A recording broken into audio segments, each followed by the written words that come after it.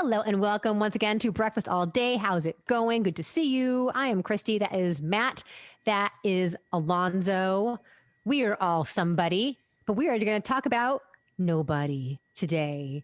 Bob Odenkirk's kick-ass movie. Matt. Can I say real quick, and I did this in my review in TheWrap, I got to see this movie knowing absolutely nothing about it going in. So if you haven't seen the trailer, if you haven't heard other reviews, don't listen to this review and just like don't learn anything about this movie and try and see it tabula rasa if you can. If, however, you've already seen the trailer or you know other reviews and you know what you're in for, then here we are. Okay. All right. So spoiler alert. Bob Odenkirk is in this movie. Spoiler. He plays Hutch Mansell, who is a suburban dad. He's got 2 kids. He's got a wife, and they don't seem particularly close. And he's got a very repetitive, humdrum life. He works as some kind of clerk at his father-in-law's business. Accountant. As an accountant. And life's boring, and his early scenes are cut together really, really well. This is directed by Ilya Naishuller, who gave us Hardcore Henry, which I didn't particularly care for, but Naishuller nails it, especially like he does some really great editing. It kind of reminded me of what Edgar Wright does in some of the Cornetto trilogy to kind of just show how boring Hutch's life is. Joe versus the volcano came to mind too. Yeah, exactly. I know he can get the job, but can he do the job?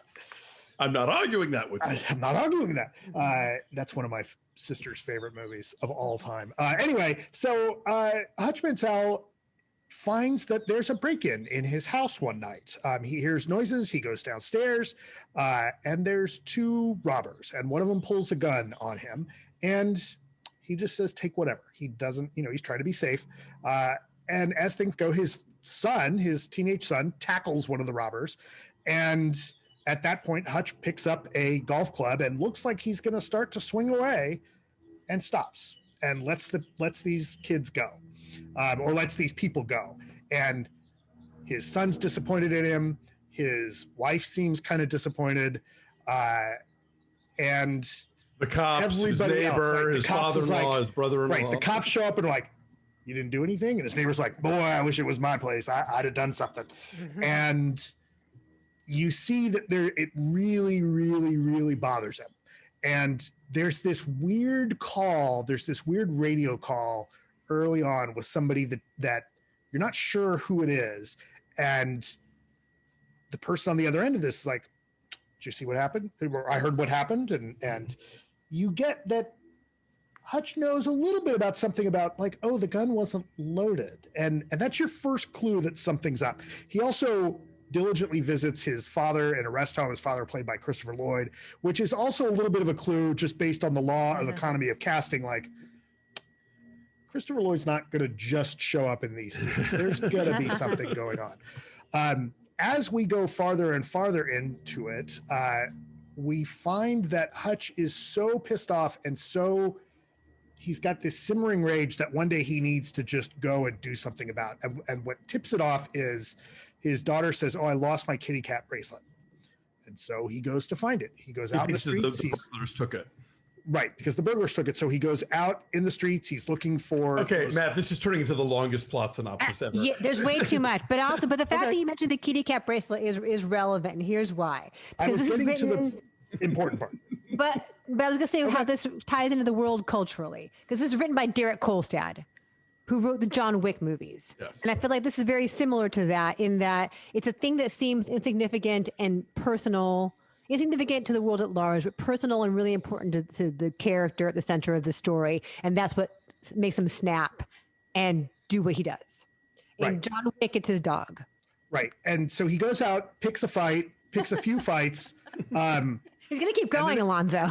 No, and I'm just like bringing it up, like then it turns out he's picked the fight with the wrong person, and he does kind of go full John Wick. Now, one of the things that's great about this movie is it's not just a John Wick retread. I think that this movie does a terrific job of making Hutch an entirely different character than John Wick.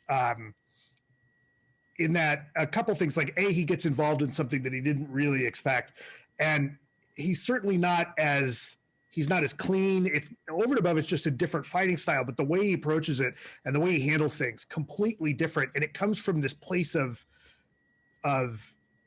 rage about like he's been emasculated. And I thought this was terrific. There's some really, really funny moments in this with the one veteran that like, that sees his tattoo and then goes and like runs off was hilarious. There's some really, really funny stuff going on in this.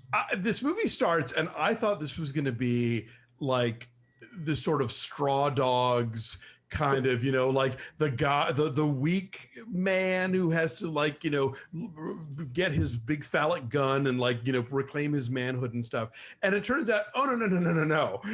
He is not there's nothing emasculated about this guy at all. It's just that he used to be like the most terrifying person on earth. And he's decided he wants to have a life and a family and live in the suburbs. And he's turned all that off. But now somebody has tripped that switch and he's got to come back on again. One of the things that I love about this movie and about the screenplay is that we never get the exposition dump about this guy's past. We do see characters finding out about his past and going, oh, fuck, I'm out.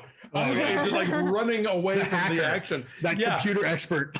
She's like, I'm out of here. So like, we don't even need to know what he did. Like, we just see how terrified what he did makes other people.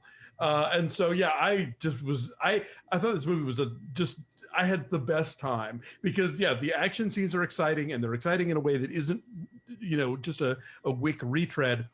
But this movie is so smart about sort of masculine anxiety and the various aspects of it and why this guy has this need to perform violence in his life and what it has cost him to turn that off. But I was just so thrilled that it wasn't going to be like, Nebbish learns how to shoot a gun movie, but rather Nebbish turns out to be your worst fucking nightmare all along.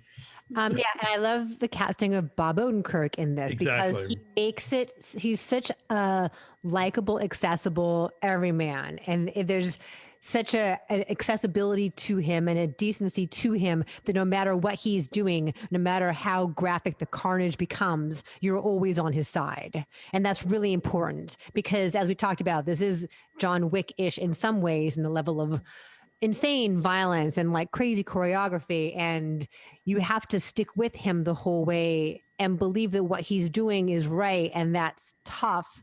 And the casting goes a long way to making that work. I saw that Vulture has some article about how he trained for like 2 years to get into shape for this. Because this is not at all the role you think of for Bob Odenkirk. And that's a lot of its charm. Well, if you've watched him on Breaking Bad and Better Call Saul, like he does kind of thread this needle of being like sort of nebbishy, sort of, like everyman, but at the same time capable of really dark shit and really terrible stuff, but certainly never in the physical way that he is in this movie. Extreme. Yeah.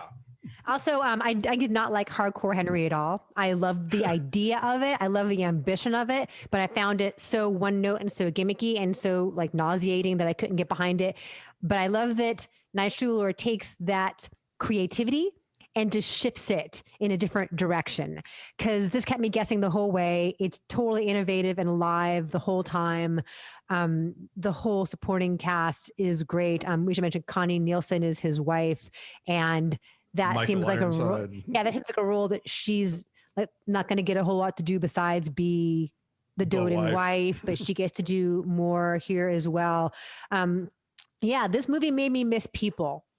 I really wish I could have seen this in a theater full of people sitting next to you guys, just grabbing your arm like, oh my God. There are so many times just sitting on the couch by myself. I'm like squirming and screaming, and that was not nearly as much fun. Yeah, I watched this with the family and we had a terrific time. We all sat down and watched the screener together and we just loved it. We were just cackling. You do learn a little bit about his backstory, and the running gag of how that is revealed is awesome. I absolutely love how that goes. And I don't want to spoil what the payoff of the gags, but there are a couple times he kind of hints at where he's come from, and it's hilarious. I also really like RZA in this. Yes. This is not a spoiler. He's on IMDb. Yes. He's prominently featured in the credits. It's not a spoiler. Matt shaking his head at me like I've just ruined everything. It's in IMDb. He's in this movie. Yeah, I dug it. It's a lot of fun. It's playing theatrically at first, correct? Yeah, it's a Universal film, so it's the 45-day window with AMC, and then it will come to streaming. So Yes, I'm saying 8.3. 8.8. What did I say? 8? You said 8. Yeah, 8. Cool. Yeah, it's great. Our number's an 8.4. Awesome. So yeah, check it out. And if you're not able to head out and see it yet, it will be available for home viewing within about 6 weeks or so. No, it's a Universal, so it'll be 17 days. Oh, I thought it was 45. 17? Really? 17. 45 is Warner Brothers. Yes, I believe it's 17 days. Eventually. Check your local listings. Yes, keep an eye out. Go to the websites where you rent this stuff, and I'm sure that are already taking pre-orders probably. Thanks for watching, you guys. Like this video, subscribe to our YouTube channel, follow us at BeFastAllDay on Twitter, Instagram, and Facebook, and check out our Patreon page at patreon.com/BeFastAllDay. We are recapping The Falcon and the Winter Soldier if you want to see more ass kicking and deep thoughts. And yeah, so check that out. Lots of fun stuff for our subscribers. Thanks for watching. We'll see you guys next time.